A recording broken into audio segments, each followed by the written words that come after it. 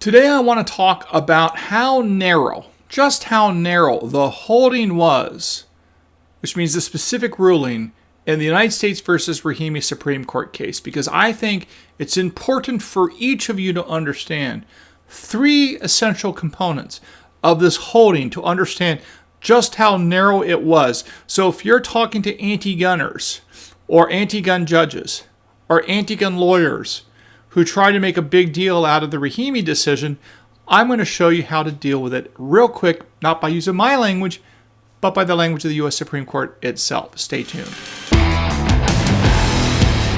Hey folks, I'm Mark Smith, host of the Four Boxes Diner, proud American gun owner, constitutional attorney, member of the United States Supreme Court Bar, and author of the brand new best-selling book, Israel Disarmed: What the 10/7 Terrorist Attacks Teach Americans About the Right to Bear Arms. Check it out on Amazon if you have not already done so. And if you bought the book, thank you very much for that.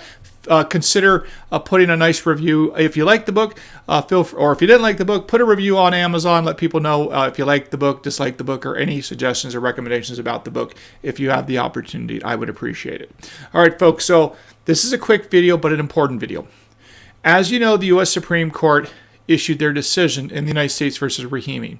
Because this is a Second Amendment case, it's going to get a lot of media attention. It already has. So I want to make sure that you understand just how narrow the holding is. Now, the holding of a case is basically what the court actually ruled. The rest of the opinion sort of lays out why or what was the court thinking when they gave rise to that final official rule, and that rule is often referred to as the court's or the opinion's holding. Okay, now the holding, the basic holding, of course, in Rahimi was that the federal statute, the federal gun control statute dealing with prohibited people, specifically one aspect of that statute, Title 18 of the U.S. Code, that's 18 U.S.C. 922 G8, 1, it's the first part of it, that's the key part, that says that individuals that are subject to domestic violence restraining orders where they've been found to pose a credible threat of violence to the physical safety of another, after they had a notice of the hearing, they showed up for the hearing, they had an opportunity to present cases, they had an opportunity to argue. If a court finds them to be a credible threat after a hearing, then they are not allowed to possess firearms during the pendency of that restraining order. Now, the U.S. Supreme Court in Rahimi said that as a matter of facial law, meaning the statute on its face, was constitutional under the Second Amendment. That's because there are at least some applications in some instances dealing with some people where the statute 18 U.S.C. 922 G8 could be constitutional. And in fact, when it came to Mr. Zaki Rahimi himself in this record, given the violence, hitting his girlfriend's head on the dashboard, shooting at a witness to that event, and then being involved in at least 5 other shootings, gave rise to the notion that he was clearly a person on this record who was a credible threat of engaging in violence and toward other third parties. So they said that the statute was not only constitutional on its face, meaning in some instances it was constitutionally applied, it was constitutionally applied as to this particular defendant, Zaki Rahimi, because of the extensive record of how he was indeed a violent danger to many other people, both before the entry of the restraining order and after. Okay. Now, there's 3 things about this holding. Again, the holding is, the following. I'm going to put it up on the screen so you can check it out. The holding reads, quote, "Rather, we conclude only this." This is from Rahimi itself, from the Supreme Court. "Rather, we conclude only this: an individual found by a court to pose a credible threat to the physical safety of another may be temporarily disarmed, consistent with the Second Amendment." Now, I want you to look carefully at that sentence, okay? what do we see about that holding? And why do you need to understand the caveats there in favor of the Second Amendment, recognizing and respecting our right to keep and bear arms, while at the same time recognizing there may be instances where there's individuals out there, violent thugs, terrorists, people that are psychotic, violently psychotic. They do exist. There is evil among us, folks, which is why we want to have the right, and we do have the right, codified and pre-existing in the Second Amendment, to be able to defend ourselves, our family, our friends, our communities from evil amongst us. Because we all know, we see it on the videotapes on X, we see this, we know about it, we hear about it, the evil among us, the violent thugs, the violent malum in se type criminals that are out there that do malum in se crimes of rape, murder, robbery, and so on. They're there, folks, and we know it. That's why we want to be a reason, not the only reason, but a reason why we want to have the right to keep and bear arms to protect ourselves from evil people like that. Okay. And I think that the court recognized this undeniably. But let's take a look specifically at what the court says. To begin with, it makes it very clear it's a narrow holding. How do we know this? Let me put it back up on the screen. Notice how the court writes, we conclude only this. See what I'm saying? Only. That's all they're saying. This is all they're saying. We're only concluding this very narrow thing. Notice the word only. Now, I didn't write that in there. That word only is from the U.S. Supreme Court. In the Rahimi case, Chief Justice John Roberts. This is all they're concluding. Very narrow, number one. So that's the first thing, the word only in that holding. They're limiting the holding very narrowly. But let's go on. Let's see what other language the Supreme Court put in that holding that suggests how narrow it is and why they really are respecting the right to keep and bear arms, while recognizing there are evil people that have to be disarmed in particular instances on an individualized case-by-case basis. Let's go back to the highlight reel. Now, the second thing, look at the language here. It talks about an individual. It's an individualized determination.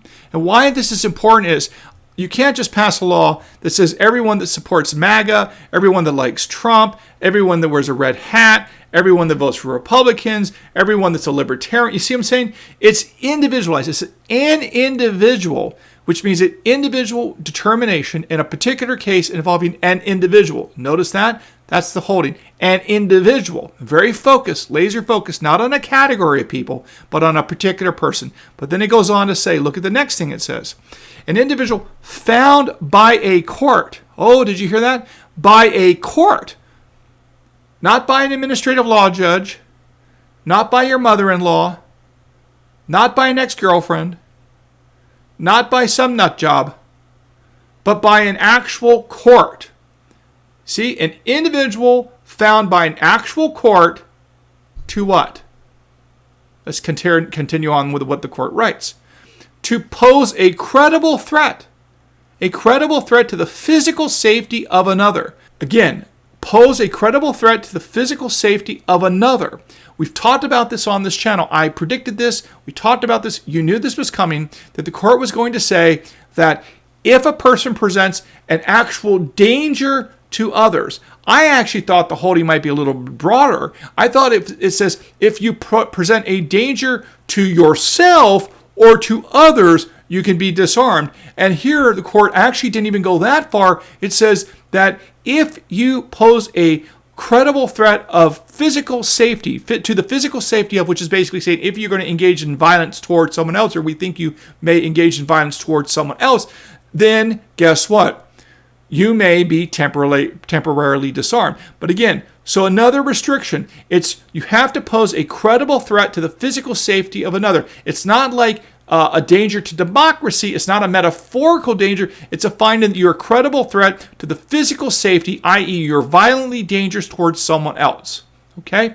So let's go back to the language one more time. So in addition to the fact that the language from the Supreme Court talks about this is all they conclude, i.e. this is only what we find, notwithstanding the fact it's only talking about an individual, not a category of people, an individual specifically, a specific individual, it has to be a finding of fact by a court, and not just some random person, by a court, and that finding has to be that you or that person poses a credible threat to the physical safety of another, which means that you pose a violent physical danger to someone. But that's not the last thing that this court said to narrow the scope of the holding. It says what can happen. You may be, quote, look at the graphic, temporarily disarmed. Bing, bing, bing, bing. You see that? Temporarily disarmed, consistent with the Second Amendment. Temporarily disarmed. That is a big deal, because if you look at 18 U.S.C. 922G, that list of prohibited people, several of those categories say that if you've been, for example, a felon or dishonorably discharged from the military or involuntarily committed to a mental institution, you are permanently banned. You are permanently disarmed from having guns for the rest of your life. But the Supreme Court, knowing all that's out there, wrote specifically into the holding in Rahimi that you may be temporarily disarmed, even if, think about that, even if you've been found to be a potentially violent danger to some other person by a court, and yet the Supreme Court says all that means is you can be temporarily disarmed, presumably for the duration in which you are viewed to be a potentially violent threat to others. So this is an extremely narrow holding. So this is no excuse for people out there to get clicks or to scare people that the sky is falling, that the Second Amendment is going away, or anything like that, because that's not true.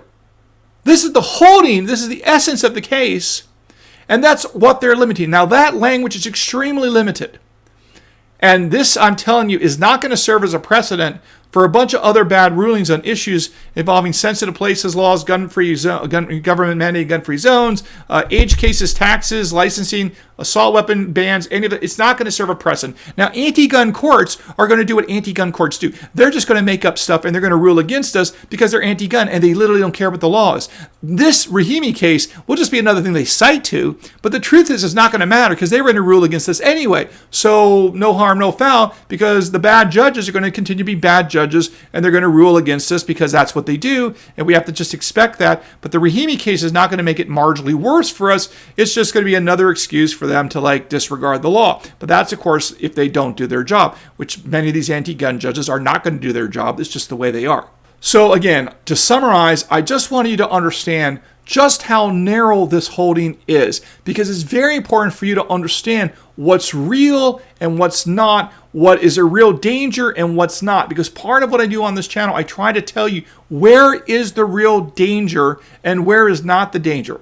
Okay? And the holding of Rahimi, yes, maybe I would have done it a little bit differently. Maybe I would if I was on the court, but I'm not on the court, so it doesn't matter what I would have done if I was a Supreme Court justice. But the reality is this decision is not going to be a problem in Second Amendment cases unless, of course, now, of course, with that said, I'm not denying there's going to be problems because of a lack of due process in family courts. Some people have flagged that. I agree with that.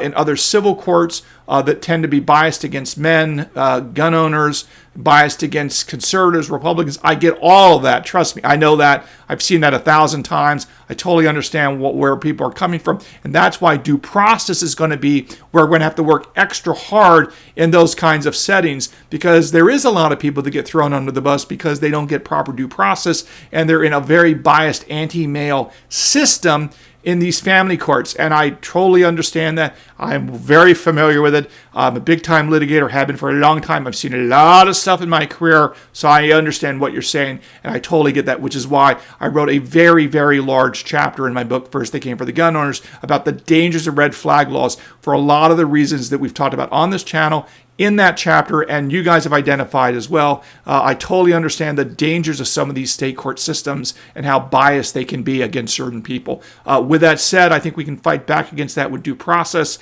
And we will use this Rahimi case to some degree offensively, because again, it only says that you can be disarmed temporarily if there's a finding that you are truly a credible threat to others. And we're going to have to work hard to fight back against that using the due process argument, which is where I always thought we ultimately would be able to prevail and shut down a lot of these nutty red flag laws and things like that. Okay, anyway, I don't want to belabor this point. Hope you learned something here today about the holding of Rahimi and why it's so narrow and why you should not worry about the sky falling. If the sky is going to fall in the Second Amendment, I will let you know. You'll hear it from me first, but that's not the case right here, right now, so don't worry about that right here, right now. Don't forget to subscribe and make sure you follow me on X at 4Boxes Diner. Make sure you check out on Israel Disarmed on Amazon, and we'll see you again soon here at the 4Boxes Diner.